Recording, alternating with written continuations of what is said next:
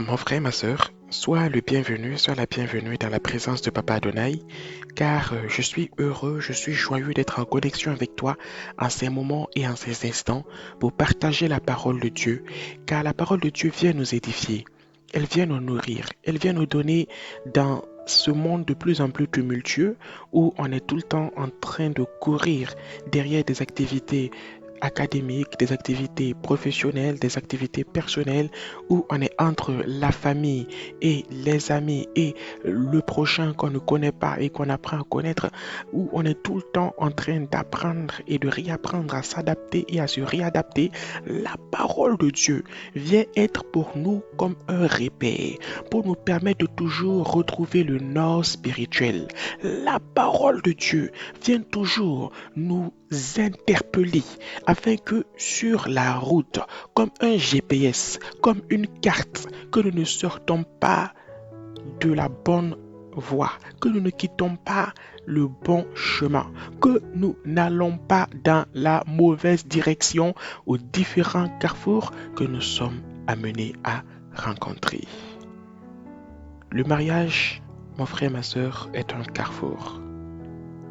Le choix d'un emploi qui t'est proposé est un carrefour. Le choix d'une maison à bâtir, le choix d'avoir des enfants ou pas pour le moment, maintenant ou plus tard, le choix, mon frère, ma soeur, de donner, d'offrir, d'aller ou de venir, tous ces choix, toutes ces décisions sont des carrefours à la fois naturels mais également spirituels que nous, en tant qu'enfants de Dieu, nous devons prendre très au sérieux. C'est pourquoi, bien-aimés du Père, nous allons ensemble aller dans la parole de vie.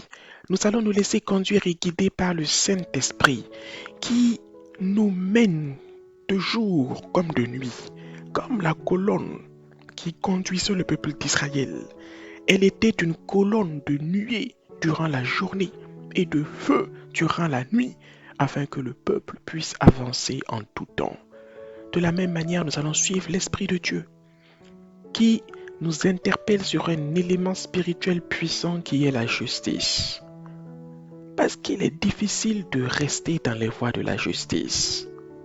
En vérité, il est simple de marcher dans la justice, mais Satan a tellement cherché à formater l'esprit des hommes de génération en génération qu'il a aujourd'hui réussi à faire croire à beaucoup de personnes qu'il est plus facile de pécher que de rester sage. Et le Saint-Esprit donc attire notre attention ici en nous invitant à marcher dans le chemin de la justice.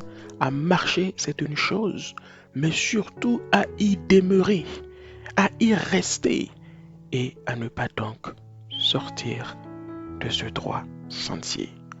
C'est pourquoi, bien-aimés du Père, nous allons ensemble dans la parole au livre de Psaume, au chapitre 58, du verset 10 au verset 12.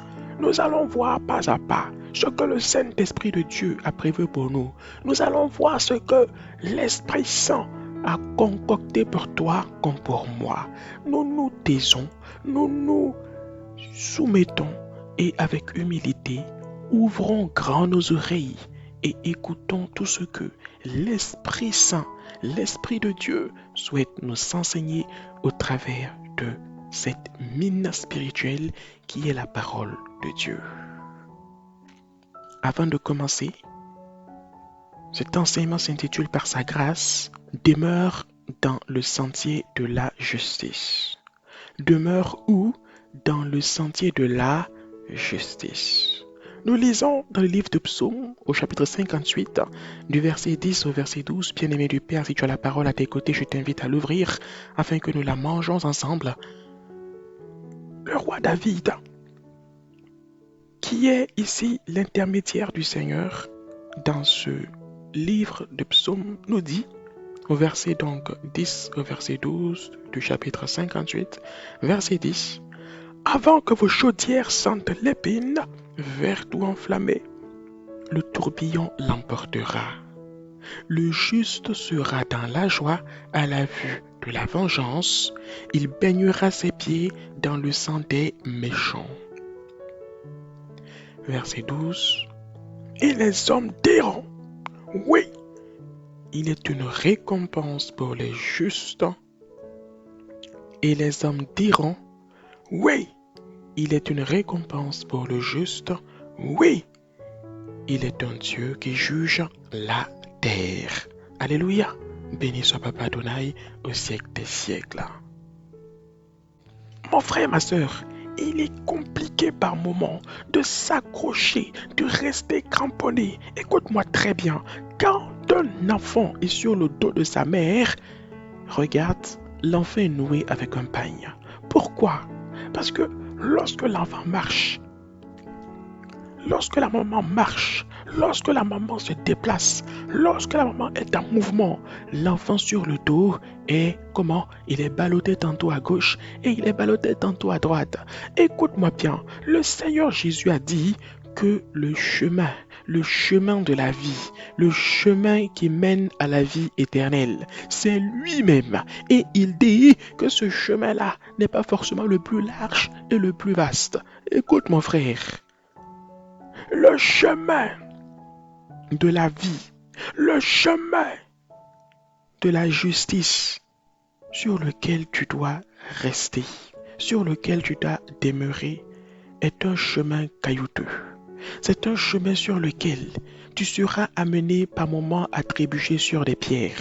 C'est un chemin sur lequel tu seras amené par moments à trébucher dans des creux.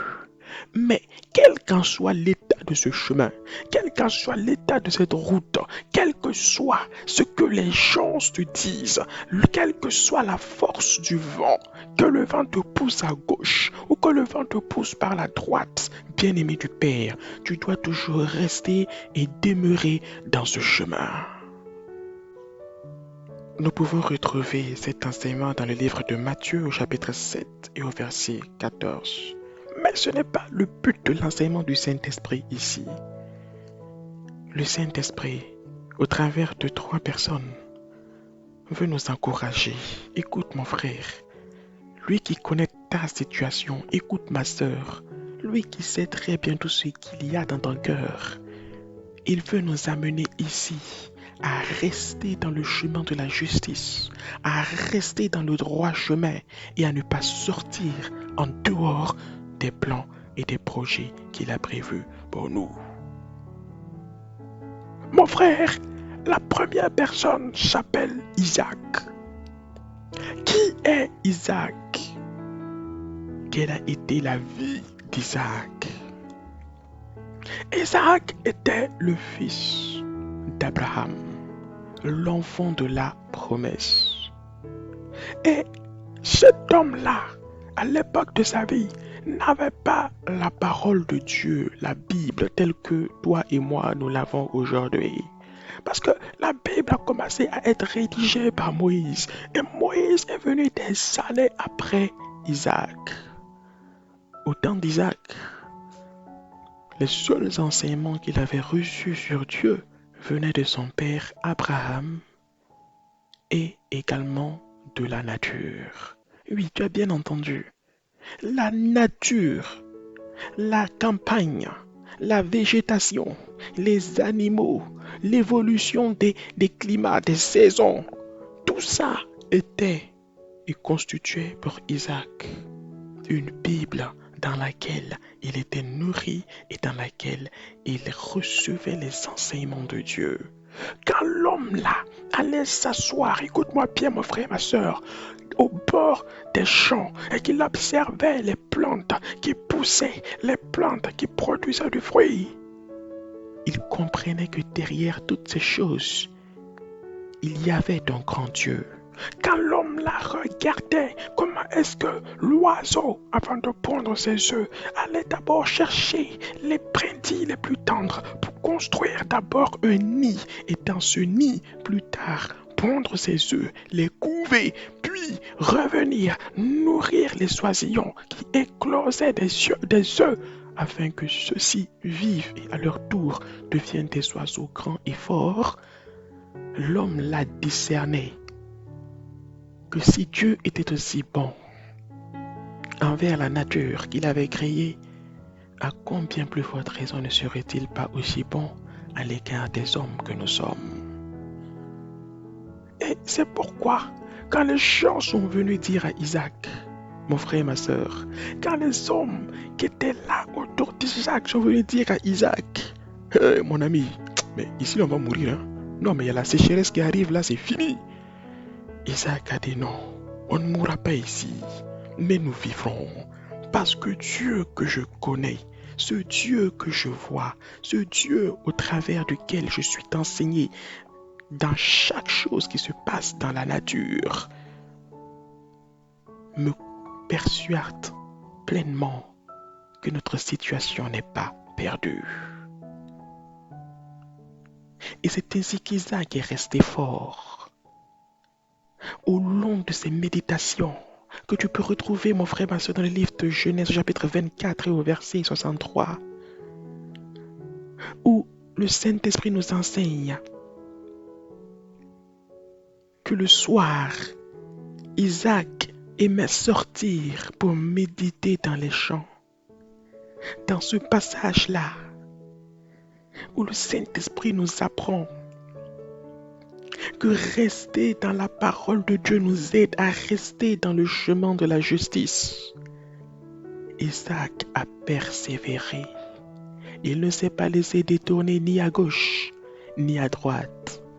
Et quand les temps de sécheresse sont arrivés, et que Dieu lui a dit, Isaac, sème, l'homme là n'a pas discuté. L'homme là n'a pas douté. Il a cru en ce Dieu qui permet aux oiseaux de veiller sur leurs oisillons. Il a cru en ce Dieu qui fait pousser le blé, qui fait germer le blé et qui lui permet de moissonner le blé en la saison précise de l'année, comme si tout était chronométré. L'homme là a cru, l'homme là a accepté, et dans cette sécheresse qui travaillait le pays, Isaac a sémé dans ce sol sec, dans ce sol aride, dans ce sol poussiéreux. Isaac a été le seul cultivateur du pays à semer. Tandis que tout le monde le considérait comme étant un fou. Et les gens ont compris que ce fou-là était un prophète de Dieu. Lorsqu'après avoir fini de s'aimer, la pluie est tombée. Et celui qu'il considérait comme étant un fou est devenu l'homme le plus riche et le plus puissant du pays. Il était le seul, cette année-là, à avoir s'aimé. Il est devenu automatiquement le pourvoyeur alimentaire de toute la nation. Mais mon frère, ma soeur, rester dans le chemin de la justice ne peut que te conduire à bon port. Demeurer dans le chemin de la justice, ne pas te laisser bousculer, ne pas te laisser apprivoiser, ne pas te laisser séduire par les langages des hommes qui cherchent à t'appâter ou à te décourager. Mais tenir bon te permettra toujours, avec l'Esprit de Dieu, d'arriver à bon port. Bien-aimé du Père, cette histoire, tu peux la retrouver dans le merveilleux livre de Genèse au chapitre 26 et au verset 12. Mais également, tu peux la retrouver aujourd'hui sur Internet, par exemple, sur des sites bien connus comme Wikipédia. Simplement pour te dire à quel point Isaac a été tellement célèbre qu'il a marqué l'histoire jusqu'à aujourd'hui, en 2021, et il la marquera encore jusqu'en 2200 ou en 2300, tant que le Seigneur permettra à la terre d'exister et de continuer à avancer. Isaac n'a pas été le seul homme bien-aimé de papa. Isaac n'a pas été le seul. Il y a un autre homme qui a été un esclave pendant des années. Il était arraché à sa famille durant sa tendre jeunesse et conduit dans un pays étranger où il a été fait esclave. Et cet homme, par la grâce du Père, tu vois de qui il s'agit. Il s'agit de Joseph. Quand Joseph est arrivé chez Potiphar, où il a été esclave de Potiphar, Dieu était avec Joseph. Joseph marchait comme Isaac marchait dans l'intégrité. Il marchait dans la crainte du Seigneur. Jusqu'au jour où la femme de son maître s'est mise à lui faire des yeux doux. Lorsque la femme de Potiphar, lorsque Madame Potiphar, l'une des plus belles femmes de la ville, la femme qui avait les moyens de s'offrir les parfums les plus chers, la femme qui avait les moyens de s'offrir les pommades les plus désirées, la femme qui avait toutes les manicures pédicures qu'il fallait pour rayonner. Lorsque cette femme-là a proposé à jeune Joseph de venir avec elle faire des choses mauvaises, les gens ont commencé à dire à Joseph, hé, mais Joseph, toi là même, tu ne sais pas saisir ta chance. Oh, oh. C'est la porte de la liberté qui s'est offerte à Joseph. C'est l'occasion pour toi de retourner chez toi. Laisse-toi aller. Fais ce que la maîtresse de la maison te demande. Et elle te couvrira d'or et fera tout auprès de son mari pour que tu retrouves ta liberté. Mais Joseph, tu es compliqué, toi. Mais les choses ont changé, les temps ont changé. Voici tel esclave dans la maison de tel autre ministre de Pharaon qui s'est laissé aller avec la femme de son maître. Aujourd'hui, cet esclave est libre et riche. Aujourd'hui, la femme de ce maître a su influencer ce maître-là jusqu'à ce qu'il ait libéré son esclave. Joseph, oh, mais Dieu t'aime. Il t'a donné l'occasion d'être libre, d'être riche et de rentrer chez toi. C'est tellement simple. Mais dans son cœur, Joseph savait qu'il marchait dans les voies de la justice. Et dans son âme, il craignait l'Éternel, au point de refuser la proposition de Madame Potiphar à pécher contre son Dieu. Au moment où Joseph refusait cette proposition, sa situation allait basculer de mal en pire, car d'esclaves qui pouvaient se déplacer librement dans une maison, qui pouvaient sortir ou entrer selon les ordres de son maître, il a basculé d'esclave en prisonnier. Sa situation s'est empirée. Mais l'homme là est resté fidèle à Dieu. Pour quel but? Lui-même, il ne le savait pas. Pour quelle raison? Lui-même, il l'ignorait.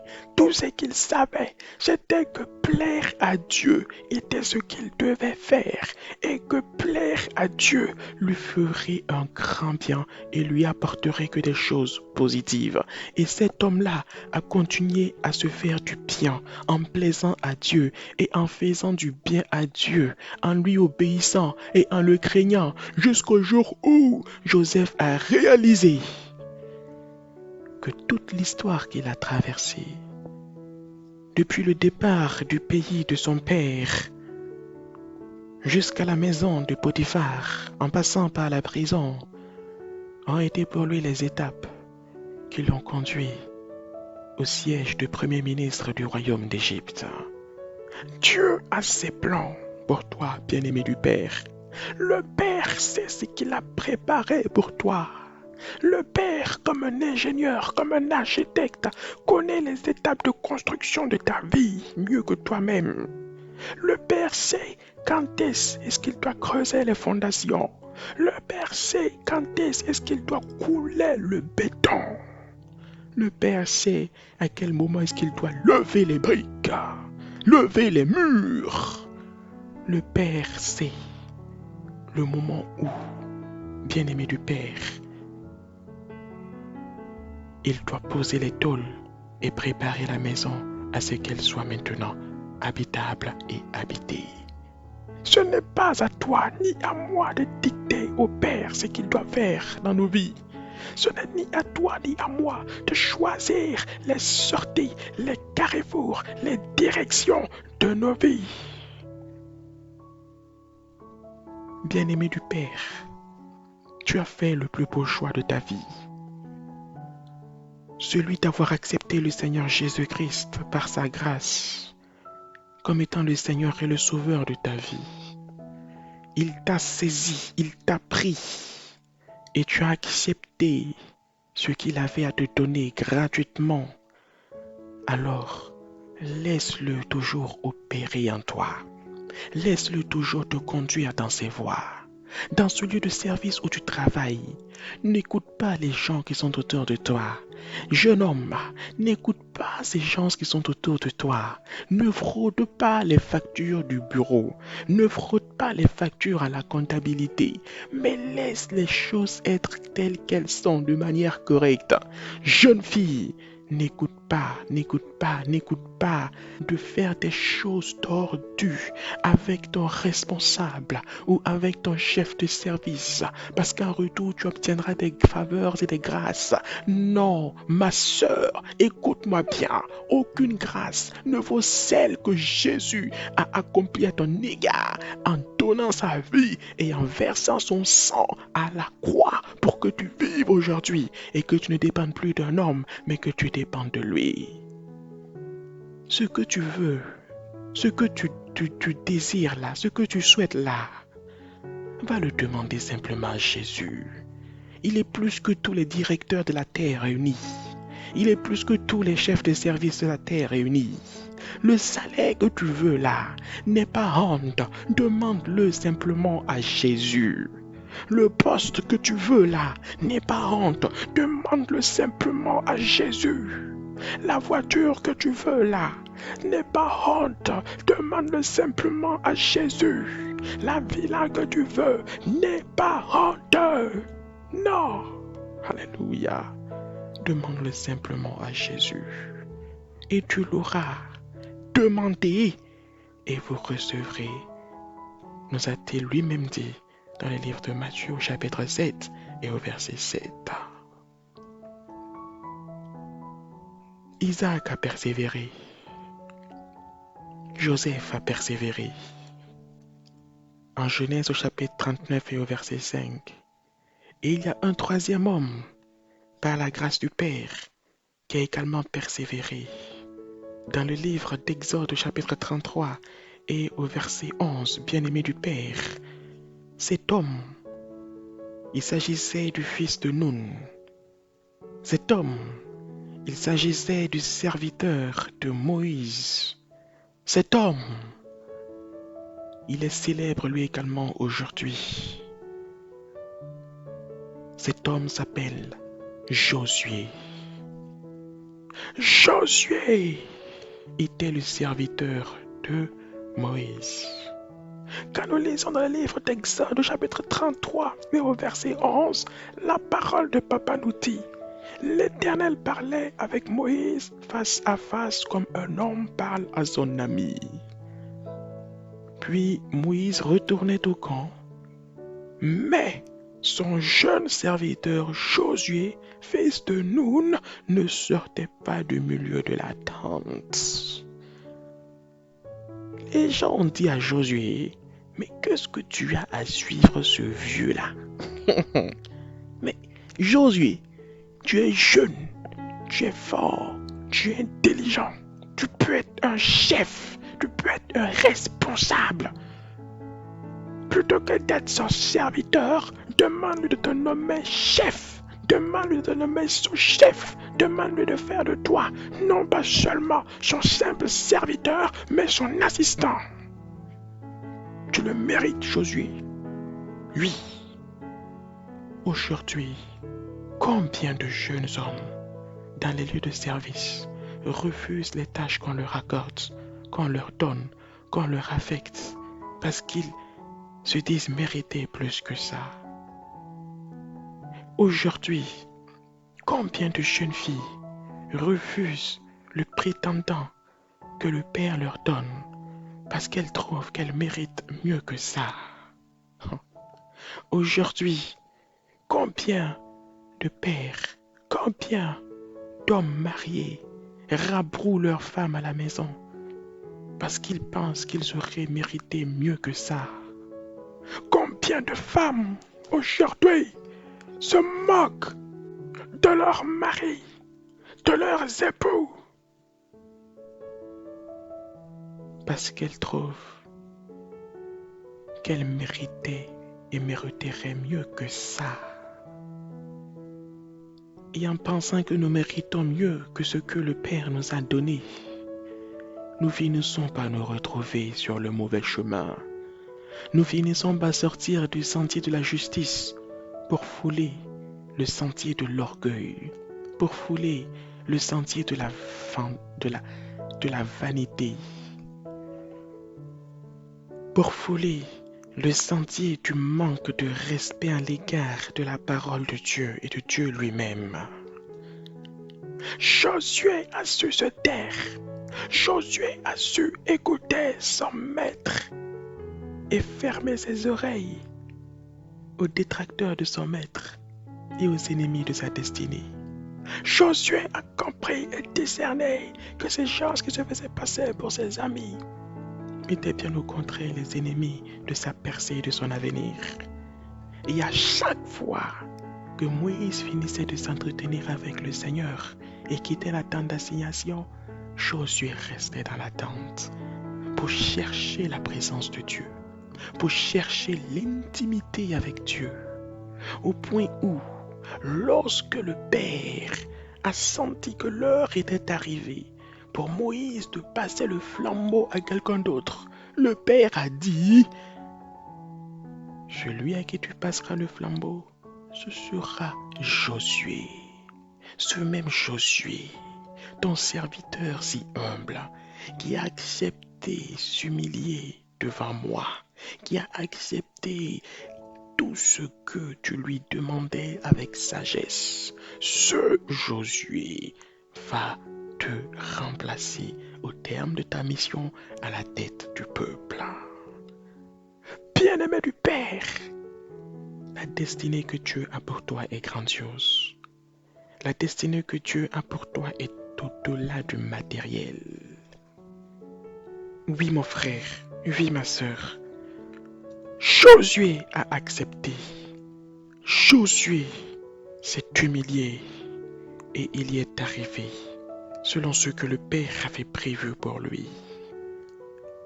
Isaac, Joseph, Josué sont restés fidèles au Seigneur.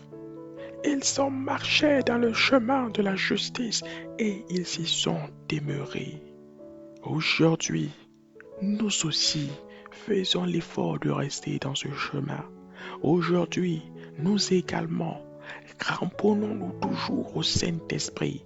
N'allons ni à gauche, n'allons ni à droite, mais rappelons-nous toujours de ce que le Père nous a dit, de ce que notre Seigneur Jésus-Christ nous a dit dans le livre de Jean, au chapitre 14 et au verset 6. Je suis le chemin, la vérité et la vie.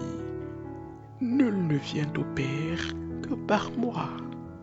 Mon frère, ma sœur, on n'a pas dit les chemins, ni les vérités, ni les vies, mais au singulier, le chemin, la vérité et la vie. Montre-moi une pharmacie dans laquelle tu peux acheter cette vie que Jésus t'a donnée. Montre-moi, mon frère, ma sœur, une boutique dans laquelle tu puisses aller acheter la vérité que Jésus-Christ t'a offerte. Bien-aimé du Père, indique-moi l'endroit où tu pourrais te procurer une carte qui t'indique le chemin de la vérité et de la vie.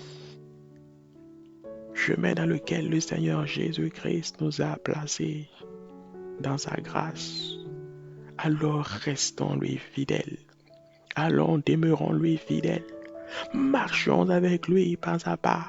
Suivons toujours l'Esprit Saint et demeurons fidèles au Père, au Fils et à l'Esprit Saint lui-même. Car c'est pour cela qu'il nous a conduits sur terre, afin que nous marchions dans les sentiers de la justice et que nous demeurons dans ces sentiers pour la gloire de son nom.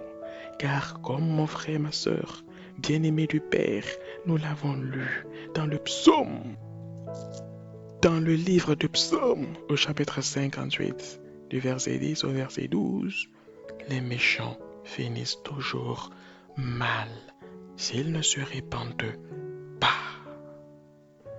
Bien-aimé du Père, que la main de Papa demeure toujours sur tout un chacun de nous. Que son Esprit Saint nous accompagne permanemment et que tout en nous lui soit soumis. Frères, sœurs, que le Père te bénisse, que le Père te soutienne, que le Père te fortifie dans tous tes projets, dans toutes tes activités, et que tu ailles de victoire en victoire pour la gloire de son très saint nom. Saint-Père, merci beaucoup pour ces instants que tu nous as donnés de passer avec toi. Merci pour ces enseignements dont tu nous as fait grâce par ton Esprit Saint et que tout en nous aille toujours dans tes voies, demeurant toujours dans le sentier de la justice, aujourd'hui même et pour l'éternité, et qu'à toi seul soit et revienne la grâce et la gloire au siècle des siècles, dans le nom de Jésus-Christ de Nazareth. Amen.